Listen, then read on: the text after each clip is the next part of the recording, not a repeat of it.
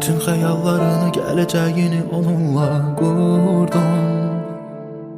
Həyatın gələcəyin dağılar deyə özündən qorxdun.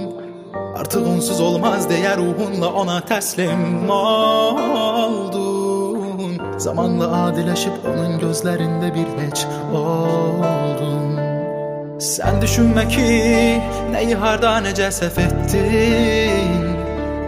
Sən düşünmə ki, onu lazımından az sevdin.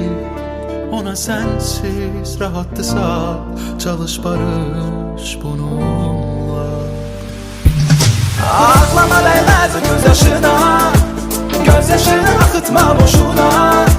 Değmez o atılan tırnağına, tek bırak bunu öz vicdanıyla. Ağlama değmez o göz yaşına, göz yaşını akıtma boşuna. Değmez o atılan tırnağına, tek bırak bunu öz vicdanıyla.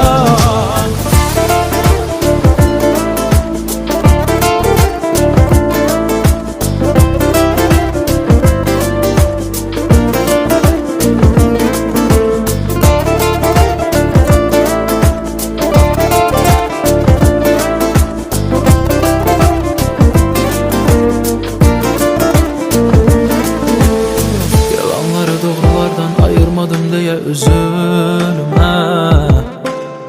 Allanan yox aldadan günahkar dözündə günah görmə. Sən onu adam bilib bütün varlığınla təslim oldun. Sən onu sevib qorxmadan verdiyin hər sözündə durdun. Sən düşünmə ki, nəyi harda necə səhv etdin. Sen düşünme ki onu lazımından az sevdin. Ona sensiz rahattısa çalış barış bununla. Ağlama değmez göz yaşına, göz yaşını akıtma boşuna. Değmez o atılan tırnağına, tek bırak bunu öz vicdanıyla. Ağlama değmez o göz yaşına, göz yaşını akıtma boşuna.